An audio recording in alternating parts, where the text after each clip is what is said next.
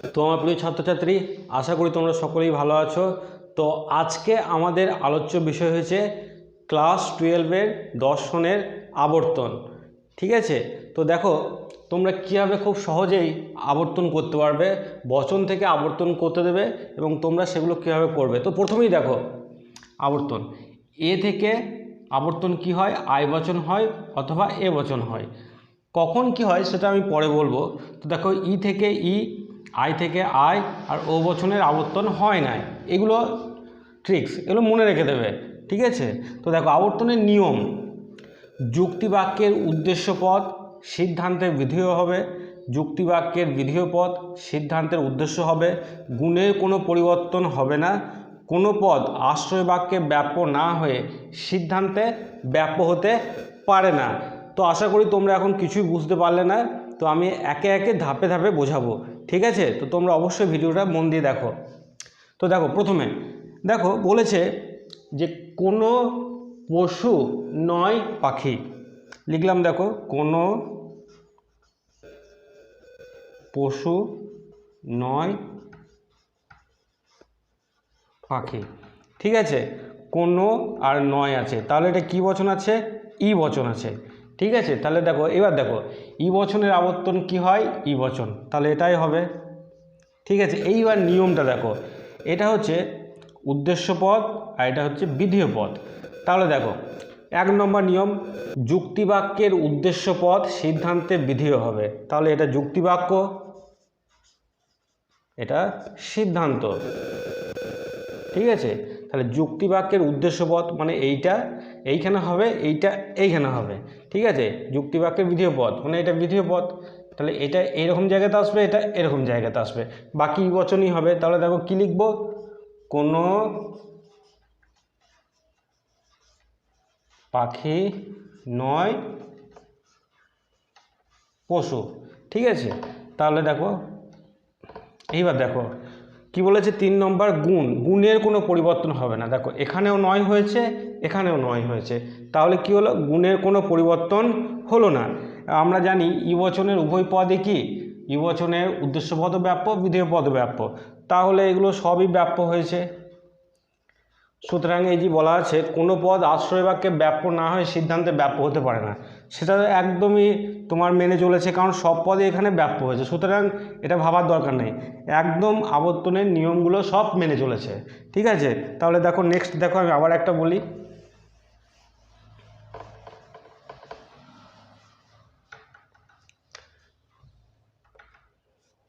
লিখলাম কোনো কোনো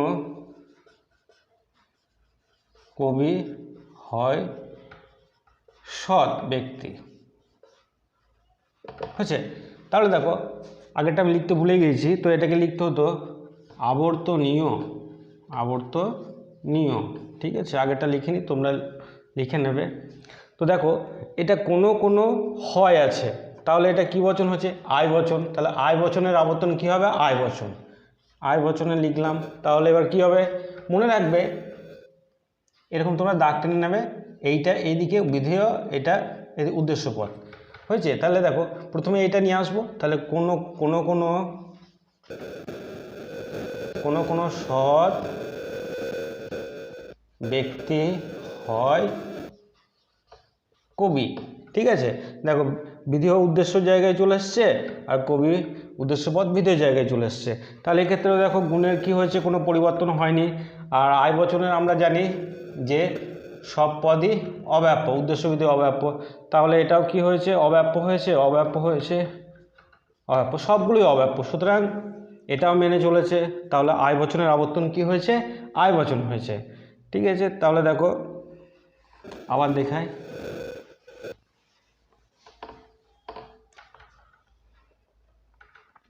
ও বচনটা দেখায়, কোনো কোনো কোনো কবি নয় সৎ। ঠিক আছে, তাহলে দেখো এখানে লিখতে হবে আবর্তনীয়, প্রথমে লিখে নিই, আগেরবারও ভুল লিখেছিলাম, এটা হবে আবর্তিত। ঠিক আছে, মনে থাকছে না। তো দেখো কোনো কোনো কবি নয় সৎ, তাহলে এটা ও বচন।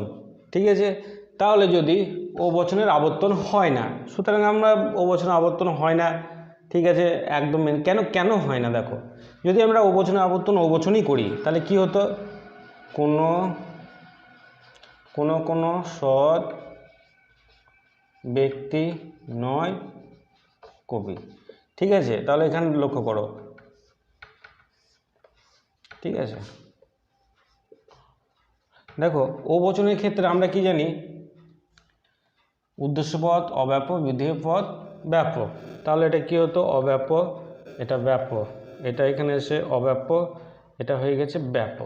তাহলে দেখো গুণটা ঠিকই থাকছে, কিন্তু 4 নম্বর নিয়ম দেখো, কোনো পদ আশ্রয় বাক্যে ব্যাপ্য না হয়ে, যেমন ধরো কবি পদটি আশ্রয় বাক্যে কি হয়নি, ব্যাপ্য হয়নি, কিন্তু সিদ্ধান্তে গিয়ে কি হয়ে গেছে, ব্যাপ্য হয়ে গেছে, তাহলে এই যে 4 নম্বর নিয়মটা আছে না, এটা মেনে চলে নাই, তাই কি হয়েছে ও বচনের আবর্তন হয় না, ঠিক আছে। সেই জন্য ও বচনের আবর্তন করলেই কি হয় না, অব্যাপ্য দোষ দেখা যায়, ঠিক আছে। তো তোমরা ঘরে প্র্যাকটিস করবে ভালোভাবে। তো আমি এ বচনটা নিয়ে একটু আলোচনা করব, তো এ বচনে একটু ব্যতিক্রম আছে, তাই আমি এ বচনটা নিয়ে একটু পরে আলোচনা করছি, ঠিক আছে। তো তোমরা এগুলো দেখো ভালো করে, প্রথমেই লক্ষ্য করবে, এইটা মনে রাখতে হবে, এ বচন থেকে আবর্তন কি হয়, আয় আর এ, ই থেকে ই, আয় থেকে আয়, ও বচনের আবর্তন হয় না। আর মনে রাখবে এইটা, মনে রাখবে এই ছকটা এরকম, এটা এখানে আসবে, এটা এখানে যাবে, ব্যাস। তো আমি বলেছিলাম যে এ বচনের আবর্তনটা একটু আলাদা রকম। তো দেখো ই বচন থেকে ই বচন, ঠিক আছে, আয় বচন থেকে আয় বচন, এই যে বচনগুলো আছে না, এগুলো বলে সরল আবর্তন।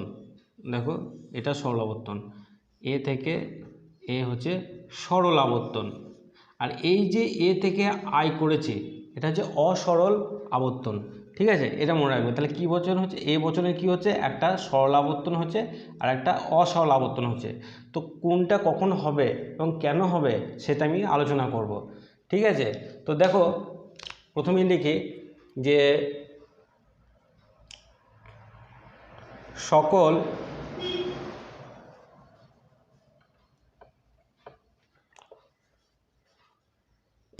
সাংবাদিক হয় শিক্ষিত ব্যক্তি,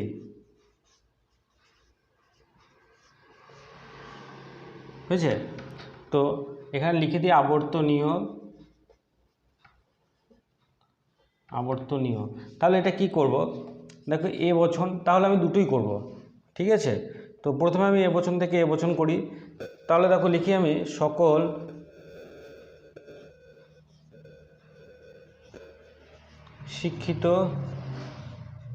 শিক্ষিত ব্যক্তি হয় সাংবাদিক, আবর্তিত হয়েছে। তো আর একটা লিখি আয় বচন, কোনো দেখো বিধেয় পদটা এখানে বসবে, কোনো শিক্ষিত ব্যক্তি হয় সাংবাদিক। দেখো উদ্দেশ্যপদ বিধেয় পদ, দেখো আমি সবগুলো করলাম, ঠিক আছে। তো দেখো এ বচনে ব্যাপ্য আর অব্যাপ্যটা দেখে নাও, উদ্দেশ্যপদ ব্যাপ্য, বিধেয় পদ অব্যাপ্য।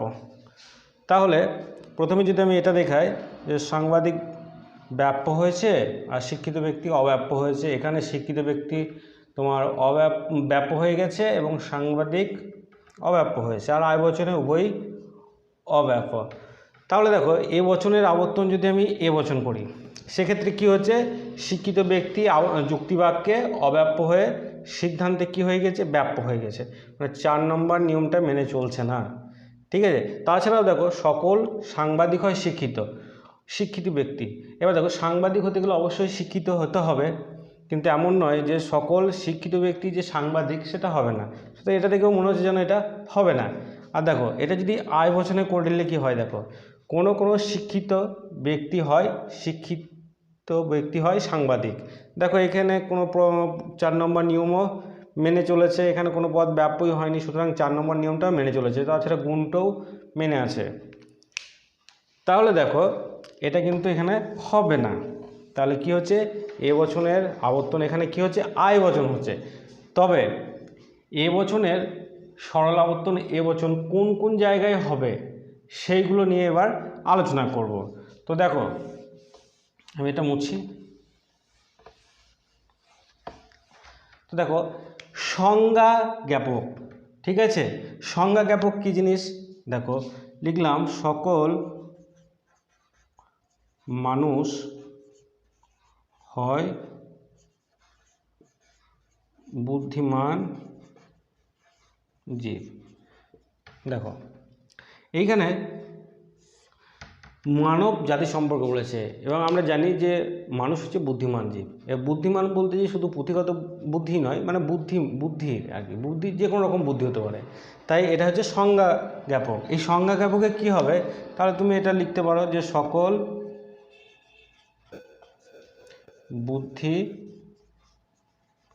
বুদ্ধিমান জীব হয়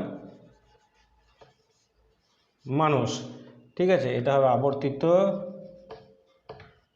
এটা হবে আবর্তনীয়। তো আমি বারবার লিখছি না, তো এর পরেরগুলো আমি লিখবো না, আবর্তনীয় আবর্তিত, তো দুটোই কী হয়েছে এবচন হয়েছে, ঠিক আছে। তাহলে এটা কি হলো সংজ্ঞা জ্ঞাপক হয়েছে। তো দেখো তারপর আমি আবার লিখছি, দেখো তারপর আছে উদ্দেশ্য ও বিধেয়ের বক্তব্যের পরিধি সমান, ঠিক আছে। এটা কি জিনিস দেখো, যেমন বলেছে যে ত্রিভুজ হয় তিনটি বাহু বিশিষ্ট ক্ষেত্র, ঠিক আছে, আবর্তনীয় লিখলাম না। তো দেখো এক্ষেত্রে অবশ্যই ত্রিভুজের তিনটি বাহু আছে, তাহলে আমরা কি লিখব যে তিনটি বাহু বিশিষ্ট ক্ষেত্র হয় ত্রিভুজ, ঠিক আছে। দেখো তাহলে এটাও হয়ে গেল। এরপর আমি আসছি নির্দিষ্ট বিশিষ্ট পদ, ঠিক আছে। এটা কীরকম দেখো, রবীন্দ্রনাথ হন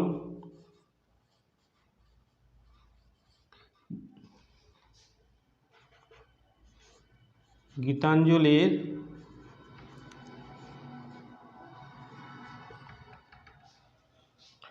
রচয়িতা, ঠিক আছে। তাহলে এটা কি হবে দেখো এবচন হয়েছে, এখানে আবর্তনীয় আছে। তো আমি আর লিখছি না, কি জিনিস বারবার লিখছি না, তোমরা অবশ্যই করবে। তো দেখো লিখবে গীতাঞ্জলির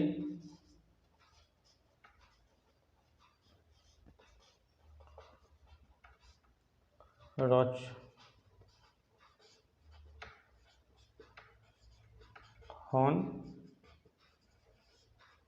রবীন্দ্রনাথ হয়েছে। তাহলে দেখো রবীন্দ্রনাথ আর গীতাঞ্জলির রচয়িতা একই ব্যক্তি, ঠিক আছে। গীতাঞ্জলির রচয়িতা হচ্ছে রবীন্দ্রনাথ, তাই এটা কি হয়েছে এবচনের সরল আবর্তন হয়েছে।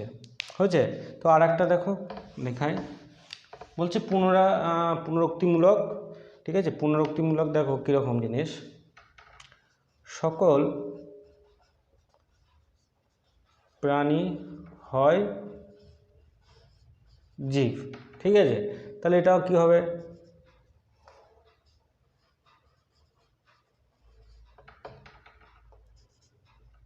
সকল জীব হয় প্রাণী, বুঝছে।